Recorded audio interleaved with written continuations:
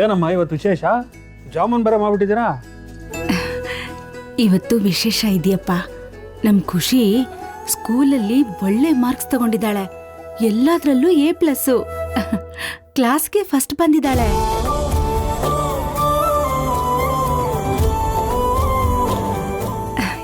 ಈ ಸುದ್ದಿನ ಹಂಚ್ಕೊಳ್ಳಕ್ಕೆ ಜಾಮೂನ್ ಮಾಡಿರೋದು. ಅದರಲ್ಲಿ ಏನಿದೆಯಮ್ಮ? ಈ ರೀತಿ ಸಣ್ಣ ಸಣ್ಣ ವಿಷಯಕ್ಕೆ ಸಂಭ್ರಮ ಪಡೋದು ನನಗೊಂಚೂರು ಇಷ್ಟ ಆಗಲ್ಲ.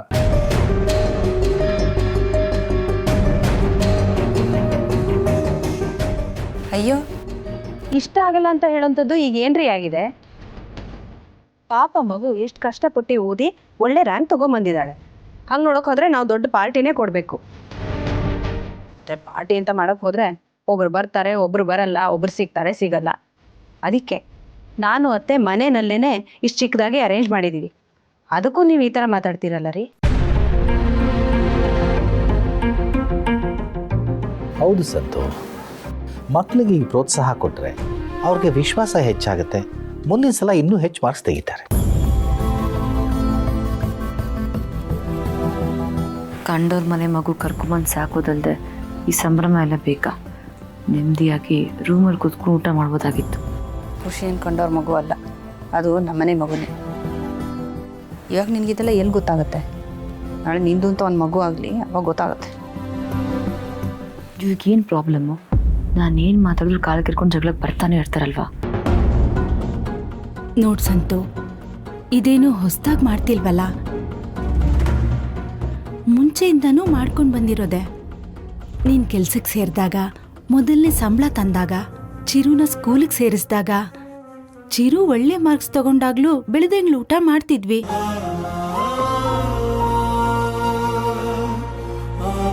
ಈಗ ಈ ರೀತಿ ನೀನ್ ಯಾಕೆ ಹೀಗೆ ಮಾತಾಡ್ತಿದ್ಯಾ?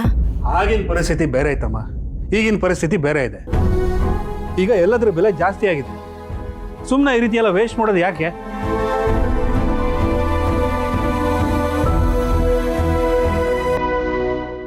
ಸಂತು, ವಸ್ತುಗಳ ಬೆಲೆ ಜಾಸ್ತಿ ಆಗುತ್ತೆ ಅಂತ ಸಂಬಂಧದ ಬೆಲೆ ಕಮ್ಮಿ ಮಾಡೋಕ್ಕಾಗತ್ತಾ?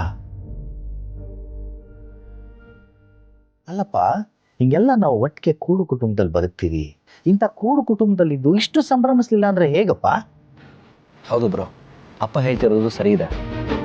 ನಾವೆಲ್ಲರೂ ಒಂದೇ ಮನೇಲಿದ್ರು ಯಾರಿಗೆ ಯಾವಾಗ ಸಿಗ್ತೀವಿ ಅಂತಾನೆ ಗೊತ್ತಿರಲ್ಲ.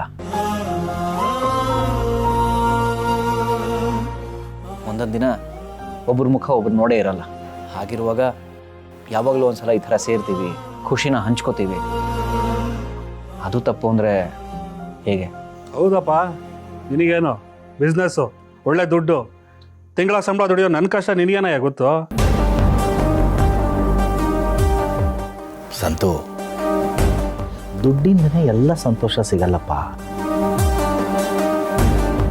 ದುಡಿಯೋದ್ರಿಂದ ನಮ್ಮ ವಿಶ್ವಾಸ ಹೆಚ್ಚಾಗುತ್ತೆ, ಸಮಾಜದಲ್ಲಿ ಗೌರವ ಕೊಡ್ತಾರೆ. ದುಡ್ಡು ನಮ್ಮ ಜೀವನನ ಅಚ್ಚುಕಟ್ಟಾಗಿ ನಡೆಸೋದಕ್ಕೆ ಸಹಾಯ ಆಗುತ್ತೆ ಅಷ್ಟೇ.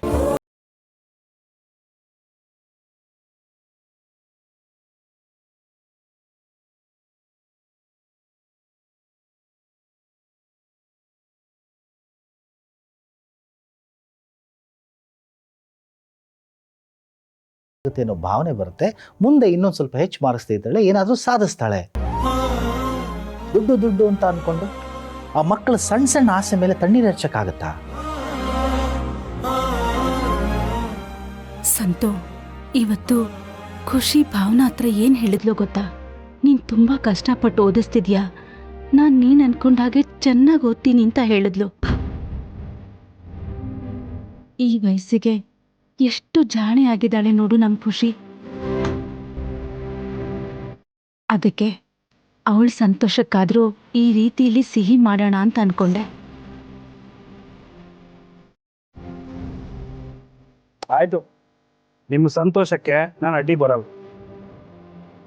ಈಗ ನಾವೆಲ್ಲರೂ ಸಂತೋಷವಾಗಿದ್ದೀವಿ. ಭಾವನೆ ಯಾಕೆ ಸುಮ್ಮನೆ ನಿಂತಿದ್ದಾಳೆ? ಅವಳು ಮಗಳು ಅಷ್ಟೊಂದು ಮಾರ್ಕ್ಸ್ ತೆಗೆದಿದ್ದಾಳೆ, ಖುಷಿ ಪಡ್ಬೇಕು ತಾನೆ?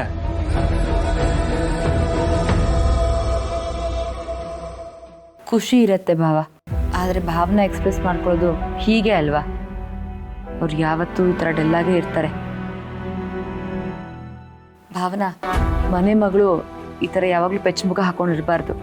ಅದಕ್ಕೆ ಅನ್ಸುತ್ತೆ ಇವಳಿಗೆ ಮದುವೆ ಲೇಟ್ ಆಗ್ತಿರೋದು.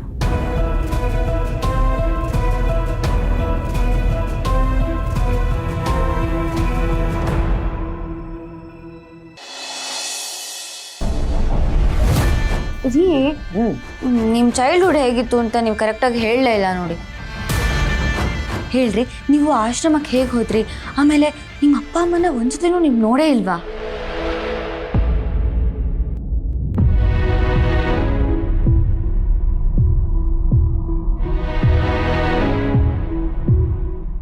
ಸಾರಿ ರೀ, ನಾನು ನಿಮ್ಮ ಚೈಲ್ಡ್ಹುಡ್ ಬಗ್ಗೆ ಕೇಳೋದು ಇಷ್ಟೊಂದು ಬೇಜಾರಾಗುತ್ತೆ ಅಂತ ನನಗೆ ಗೊತ್ತಿರಲಿಲ್ಲ.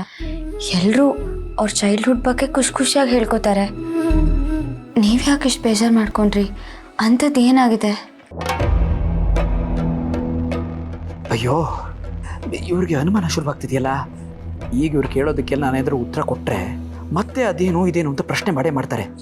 ಹೀಗೆ ಕೆದಕ್ತಾ ಇದ್ರೆ ನಾನೇನಾದ್ರು ಸಡನ್ನಾಗಿ ಬಾಯ್ ಬಿಟ್ಬಿಟ್ರೆ ನೋ ಜಯಂತ್, ಅದಾಗಬಾರ್ದು. ಯಾಕ್ರಿ ಏನೂ ಮಾತಾಡ್ತಿಲ್ಲ? ನಾನು ಚೈಲ್ಡ್ಹುಡ್ ಬಗ್ಗೆ ಕೇಳಿದ್ದು ನಿಮಗೆ ಬೇಜಾರಾಯ್ತಾ, ಅಥವಾ ನಾನು ಏನಾದರೂ ತಪ್ಪಾಗಿ ಕೇಳಿದ್ನಾ? ನಾನು ಹೀಗೆ ಮೌನವಾಗಿದ್ದರೆ ಇವ್ರು ಕೇಳೋದನ್ನು ಬಿಡೋದೇ ಇಲ್ಲ ಅನ್ಸತ್ತೆ. ಏನಾದರೂ ಹೇಳಿ ಇವ್ರ ಬಾಯಿನ ಮುಚ್ಚಿಸ್ಬಿಡ್ಬೇಕು. ನೋಡಿ ಚಿನ್ನು ಮರಿ, ನನ್ನ ಚೈಲ್ಡ್ಹುಡ್ಡು ಎಲ್ಲರ ಚೈಲ್ಡ್ಹುಡ್ ಇದ್ದಂಗೆ ಇರಲಿಲ್ಲ. ಚಿಕ್ಕ ವಯಸ್ಸಿನಲ್ಲೇ ತುಂಬ ಕಷ್ಟ ನೋಡಿದೆ. ಎಲ್ಲ ಮಕ್ಕಳು ಅವ್ರ ಅಪ್ಪ ಅಮ್ಮನ ಜೊತೆ ಖುಷಿಯಾಗಿರೋದು ನೋಡ್ತಿದ್ದೆ. ನೋವಾಗ್ತಾಯಿತ್ತು, ಕಷ್ಟ ಆಗ್ತಾಯಿತ್ತು. ಆದರೆ ನನ್ನ ಭಾವನೆಗಳನ್ನು ಹಂಚ್ಕೊಳ್ಳೋಕ್ಕೆ ಯಾರೂ ಇರಲಿಲ್ಲ ಅಲ್ವಾ? ಈಗ ನೋಡಿ, ನೀವಿದ್ದೀರಾ ನನ್ನ ಜೊತೆ, ಖುಷಿಯಾಗಿದ್ದೀನಿ ನಾನು. ಈಗ ಮತ್ತೆ ಹಳೆ ವಿಷಯನೆಲ್ಲ ಯಾಕೆ ಜ್ಞಾಪಿಸ್ಕೊಂಡು ನಿಮಗೆ ಹೇಳಿ ನಿಮ್ಮ ಮನಸ್ಸನ್ನು ಯಾಕೆ ಹಾಳು ಮಾಡಬೇಕು? ಅದಕ್ಕೆ ಸುಮ್ಮನಿದ್ದೀನಿ ಅಷ್ಟೇ. ಎಷ್ಟು ಒಳ್ಳೆಯವರು ರೀ ನೀವು. ನನಗೆ ಬೇಜಾರಾಗುತ್ತೆ, ನಂಗೆ ನೋವಾಗುತ್ತೆ ಅಂತ ನಿಮ್ಮ ನೋವನ್ನೆಲ್ಲ ಮನಸ್ಸಲ್ಲೇ ಇಟ್ಕೊಂಡು ನಗ್ತಾ ಇದ್ದೀರಲ್ಲ. ನಿಮ್ಮಂಥ ಹೃದಯವಂತ ಗಂಡನ ಪಡೆಯೋಕ್ಕೆ ನಾನು ನಿಜವಾಗ್ಲೂ ತುಂಬ ಪುಣ್ಯ ಮಾಡಿದ್ದೀನಿ. ಆದರೂ ನಿಮ್ಮ ಮನಸ್ಸಲ್ಲಿರೋದನ್ನು ಯಾರತ್ರಾದರೂ ಹೇಳ್ಕೊಂಡ್ರೆ ಮನಸ್ಸು ನಿರಾಳ ಆಗುತ್ತೆ. ವೆಂಕಣ್ಣನು ನಿಮ್ಮ ಥರನೇ, ಯಾರ ಹತ್ರನೂ ಏನೂ ಹೇಳ್ಕೊಡಲ್ಲ. ನೀವು ಹಾಗೆ ಏನೂ ಹೇಳಲ್ಲ. ಆದರೆ ಯಾವತ್ತಾದರೂ ಹೇಳ್ಕೋಬೇಕು ಅನ್ಸಿದ್ರೆ ನಾನಿದ್ದೀನಿ. ನಿಮಗೆ ಯಾವತ್ತು ಹೇಳ್ಕೋಬೇಕು ಅನಿಸುತ್ತೋ ಅವತ್ತು ನನ್ನ ಹತ್ರ ಹೇಳ್ಕೊಳ್ಳಿ, ಸರಿನಾ? ನನ್ನ ಮುದ್ದು ನೀವು.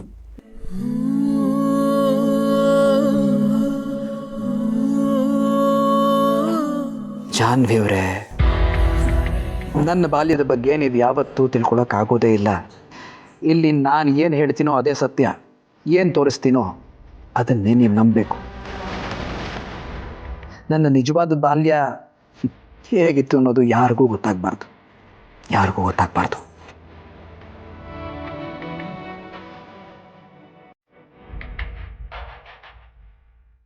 ಸಿಂಚನ, ಭಾವನನ ಬಗ್ಗೆ ನೀನು ಹೀಗೆಲ್ಲ ಮಾತಾಡಬಾರ್ದಮ್ಮ. ಅವಳು ಮೊದಲಿಂದನೂ ಮಾತು ಕಮ್ಮಿ. ಇತ್ತೀಚೆಗೆ ಯಾಕೋ ಡಲ್ ಆಗಿದ್ದಾಳೆ. ಆದರೆ ಇದಕ್ಕೂ ಅವಳು ಮದುವೆ ಆಗದಿರೋದಕ್ಕೂ ಸಂಬಂಧ ಕಲ್ಪಿಸ್ಬೇಡ.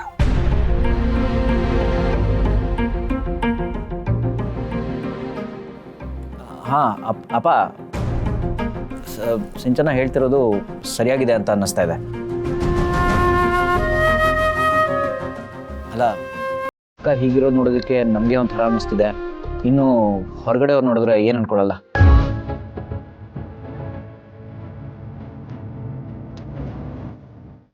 ಒಂದು ಮಾತು ಕೇಳಿ ಏನಾಗಿದೆ ಅಂತ.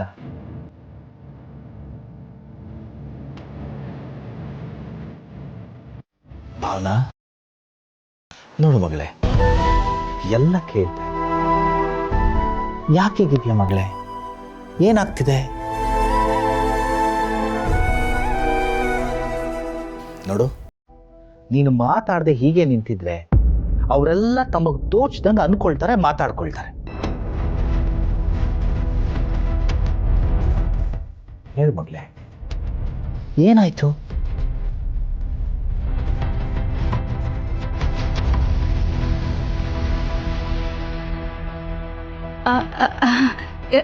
ರೀ, ಇವಳಿಗೇನಾಗಿದೆ ರೀ? ಚೆನ್ನಾಗೇ ಇದ್ದಾಳೆ. ಕೆಲಸದಿಂದ ಬಂದು ಪಾಪ ಸುಸ್ತಾಗಿದೆಯೇನೋ. ಯಾಕಮ್ಮ, ನಾವು ಕೆಲಸ ಮಾಡ್ತಿಲ್ವಾ? ಹೊರಗಡೆಯಿಂದ ಮನೆಗೆ ಬಂದಮೇಲೆ ಅದು ಏನೇ ಸಮಸ್ಯೆ ಇದ್ರೂ ಅದನ್ನಲ್ಲೇ ಬಿಟ್ಟು ಮನೆಗೆ ಬಂದು ನಗನಗ್ತಾ ಇರಬೇಕು.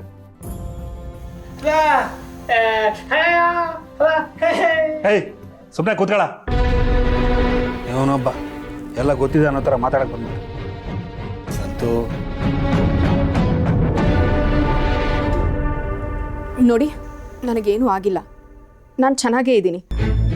ನೀವೆಲ್ಲರೂ ನನ್ನ ಬಗ್ಗೆ ಯೋಚನೆ ಮಾಡೋದು ಬೇಡ. ಅಮ್ಮ, ಎಲ್ರಿಗೂ ಊಟ ಕೊಡು. ಇವತ್ತು ನಮ್ ಖುಷಿ ಪುಟ್ಟಾಗೆ ಮೊದಲನೇ ತುತ್ತು, ಅದಕ್ಕೆ ಸಿಹಿ ತುತ್ತು ತಗೋ. ವೆರಿ ಗುಡ್ ಖುಷಿ.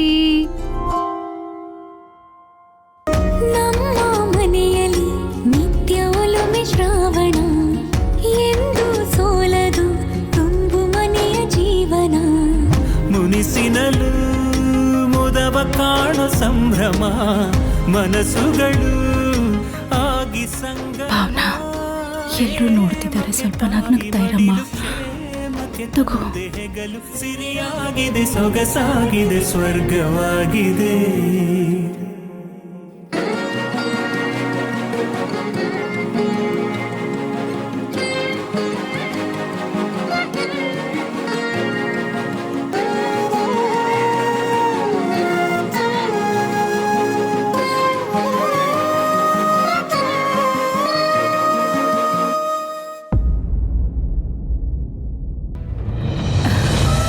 ಭಾವನಾ, ತಿನ್ನಮ್ಮ.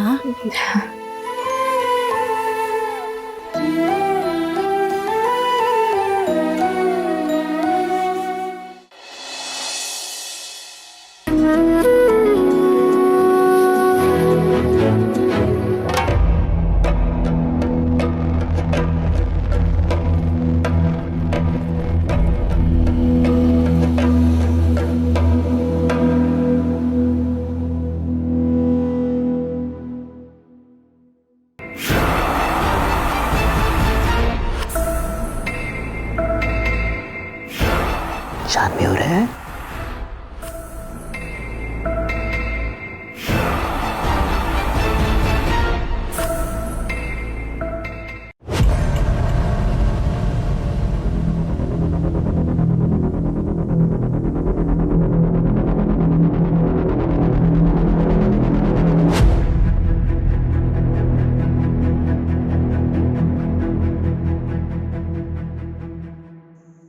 ಜಾನ್ವಿ ಅವರು ಯಾವತ್ತೂ ನನ್ನ ಈ ಥರ ಪ್ರಶ್ನೆ ಕೇಳೇ ಇರಲಿಲ್ಲ. ಆದರೂ ಇವತ್ತು ಕೇಳ್ಬಿಟ್ರಲ್ಲ, ಯಾಕೆ?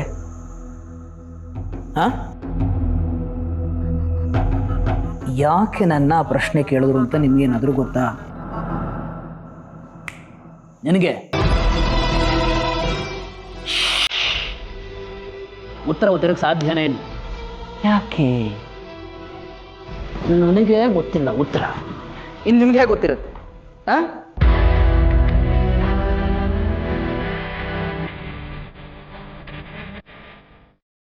ನನಗೆ ಏನು ಇಷ್ಟನೋ ಅದು ಅವ್ರಿಗೂ ಇಷ್ಟ ಆಗಬೇಕು.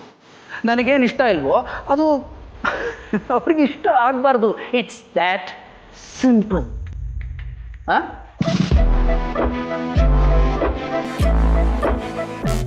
ಇಷ್ಟನ್ನು ತಿಳ್ಸೋಕ್ಕಾಗಲ್ವಾ ನಿಮಗೆ? ಅವ್ರಿಗೆ ದಿನ ಬಂದು ಅವ್ರ ನಿನ್ನ ಜೊತೆ ಮಾತಾಡ್ತಾರಲ್ವಾ?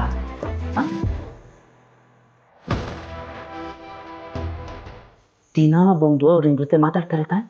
ಹಾಗಾದ್ರೆ ಈ ವಿಷಯನ ಅವ್ರಿಗೆ ನೀವು ಹೇಳ್ಬೇಕು ತಾನೆ.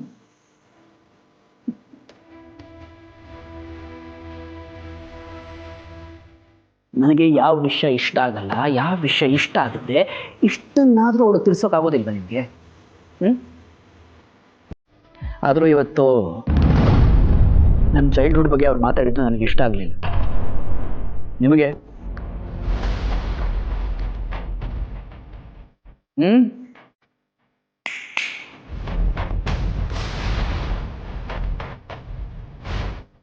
ಮೌನಂ ಸಮ್ಮತಿ ಲಕ್ಷಣಂ.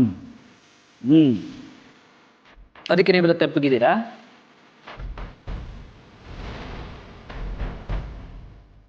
ನೀವೊಂದು ವಿಷಯ ಗಮನಿಸಿದ್ದೀರಾ? ಜಾನ್ವಿ ಅವರು ಇತ್ತೀಚೆಗೆ ತುಂಬ ಖುಷಿಯಾಗಿರ್ತಾರೆ. She is always happy. ಯಾಕೆ ನಿನಗೆ ಗೊತ್ತಾ?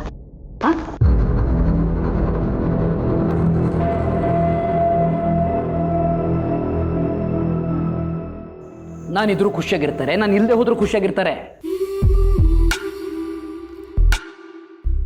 ನೀವು ಏನು ಮಾಡಬೇಕು ಅಂತ ಗೊತ್ತಾಗ್ತಿಲ್ಲ.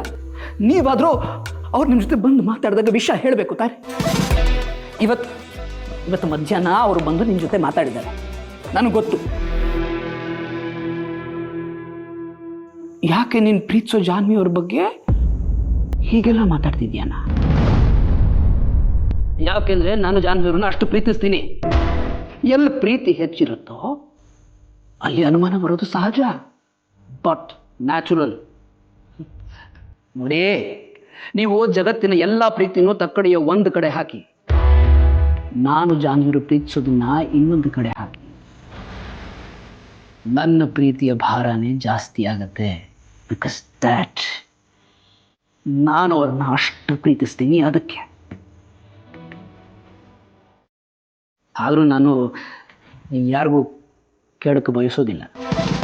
ನನ್ನ ಮಾತು ಯಾರು ಕೇಳ್ತಾ ಇಲ್ಲ. ನೀವು ನೆನಪಿರಲಿ, ಮುಂದಿನ ಸರ್ತಿ ಜಾನ್ವಿ ಅವ್ರಿಗೆ ಎಲ್ಲ ವಿಷಯನೂ ಸರಿಯಾಗಿ ಹೇಳಿ.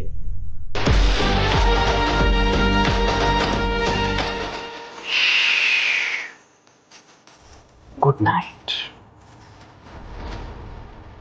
Good night.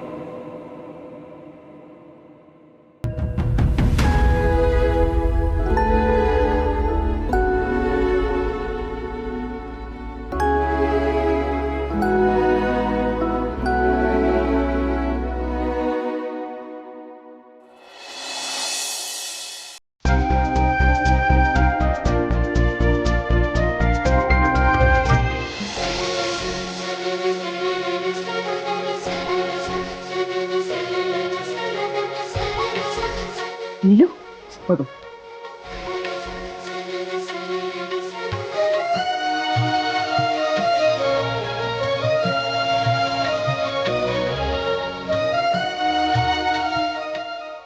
ಓಹ್, ಇದೇನವ ಇದು? ಪಾಕ್ ಪೂಜೆ ಮಾಡ್ತಿರುವಂಗದೆ. ಏನು ವಿಶೇಷ? ಇದೆ ಬೇಡ, ಇವತ್ತು ನಿನಗೆ ಭೀಮ್ ಅಮಾವಾಸ್ಯೆ ಅಂತ ಗೊತ್ತಿಲ್ಲವಲ್ಲ? ಗೊತ್ತಿತ್ತು, ಆದರೆ ಭೀಮ್ ಅಮಾವಾಸ್ಯೆಗೂ ಈ ಪಾಕ್ ಪೂಜೆಗೂ ಏನು ಸಂಬಂಧ ಅಂತ ಗೊತ್ತಿರಲಿಲ್ಲ. ಏನವದು? ಭೀಮ್ ಅಮಾವಾಸ್ಯೆ ಅಂತಂದ್ರೆ ಶಿವ ಪಾರ್ವತಿಗೆ ಸಂಬಂಧಪಟ್ಟಿದ್ದು ಕಂದ. ಪಾರ್ವತಿ ಅಂದ್ರೆ ಸಮೃದ್ಧಿ, ಸಂತಾನ, ಪತಿವ್ರತೆಯ ಸಂಕೇತ. ಮದುವೆ ಆಗದೆ ಇರೋ ಹೆಣ್ಮಕ್ಳು ಈ ಭೀಮ್ ಅಮಾವಾಸ್ಯೆ ದಿನ ಶಿವ ಪಾರ್ವತಿಗೆ ಪೂಜೆ ಮಾಡಿದ್ರೆ ಭೀಮ್ನಂತ ಗಂಡ ಸಿಗ್ತಾನೆ ಅಂತ ನಂಬಿಕೆ. ಅದೇ ರೀತಿ ಈ ಭೀಮ್ ಅಮಾವಾಸ್ಯೆ ದಿನ ಮದುವೆ ಆಗಿರೋ ಹೆಣ್ಮಕ್ಳು ತನ್ನ ಗಂಡನಿಗೆ ಪಾತ್ ಪೂಜೆ ಮಾಡಿದ್ರೆ ಅವ್ರ ಮಾಂಗಲ್ಯ ಭಾಗ್ಯ ಗಟ್ಟಿಯಾಗಿರುತ್ತೆ. ಅದಕ್ಕೆ ಅವರು ನಮ್ಮ ಹಣೆಗೆ ಅರಿಶಿನ ಕುಂಕುಮ ಹಚ್ಚಿ ನಮ್ಗೆ ಆಶೀರ್ವಾದ ಮಾಡ್ತಾರೆ. ಅದೇ ಕಂದ ನಮಗೆ ಶ್ರೇಯಸ್ಸು. ಓ, ಈಟೆಲ್ಲ ಇರ್ತದೆ ಅಂತ ನಂಗೆ ಗೊತ್ತಿರಲಿಲ್ಲ. ಸರಿ ಸರಿ, ಮುಂದುವರಿಸಿ.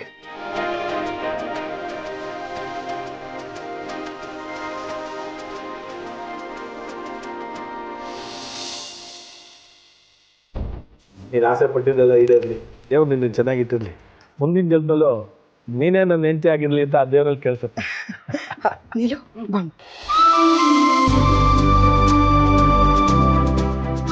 ನೀನು ಚೆನ್ನಾಗಿರಮ್ಮಿ, ಒಳ್ಳೇದಾಗ್ಲಿ. ಯಾಕಣ ಮುಂದಿನ ಜನ್ಮಕ್ಕೂ ಅದಕ್ಕೆ ನೀನು ಹೆಂಡತಿ ಆಗಿರ್ಲಿ ಅಂತ ನೀನು ಕೇಳಲೇ ಇಲ್ಲ? ಅವಳೇ ಕೇಳ್ಕೊಂಡಿರ್ತಾಳೆ ಬಿಡ್ಲಾ. ನಾನು ಕೇಳಿದ್ರೆ ದೇವ್ರಿಗೆ ಕನ್ಫ್ಯೂಸ್ ಆಗಿಬಿಡಕ್ಕಿಲ್ವೇ?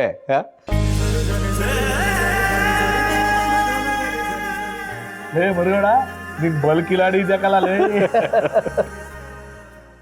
ಅಯ್ಯ, ಅವ್ರ ಕಿಲಾಡಿತನ ಏನಿದ್ರು ನಿಮ್ಗಳ ಮುಂದೆ ಅಷ್ಟೆ. ಜೀವನದಲ್ಲಿ ಮುಂದೆ ಬರಬೇಕು ಅನ್ನೋದ್ರಲ್ಲಂತೂ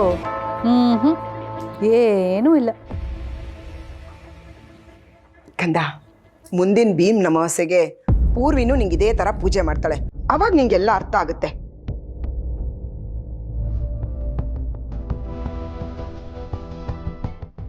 ಅದಕ್ಕೆ ನಾನು ಅವಕಾಶ ಕೊಟ್ಟರೆ ಅಲ್ವವ ನಾನು ತಾಳಿ ಕಟ್ಟಿರೋದು ಭಾವನವ್ರಿಗೆ. ಅವರು ನನ್ನ ಹೆಂಡತಿ. ಪೂಜೆ ಮಾಡಿಸ್ಕೊಂಡ್ರೆ ಅವರಿಂದನೇ ಮಾಡಿಸ್ಕೋಬೇಕು. ನನಗೂ ಭಾವನವ್ರ ಜೊತೆ ಮದುವೆ ಆಗಿದೆ, ಆದರೆ ನಾನು ಪಾತ್ ಪೂಜೆ ಮಾಡಿಸ್ಕೊಳಕ್ಕಾಗಲ್ಲ. ಅವ್ರ ತಾಳಿಗೆ ಅರ್ಶಿನ ಕುಂಕುಮನೂ ಹಚ್ಚೋಕ್ಕಾಗಲ್ಲ. ಆದರೆ ನನ್ನ ಕಡೆಯಿಂದ ಅರ್ಶಿನ ಕುಂಕುಮ ಅವ್ರ ಕೈಗೆ ಸೇರೋ ಹಾಗೆ ಮಾಡಬೇಕು. ಹೆಂಗೆ ಮಾಡೋದು?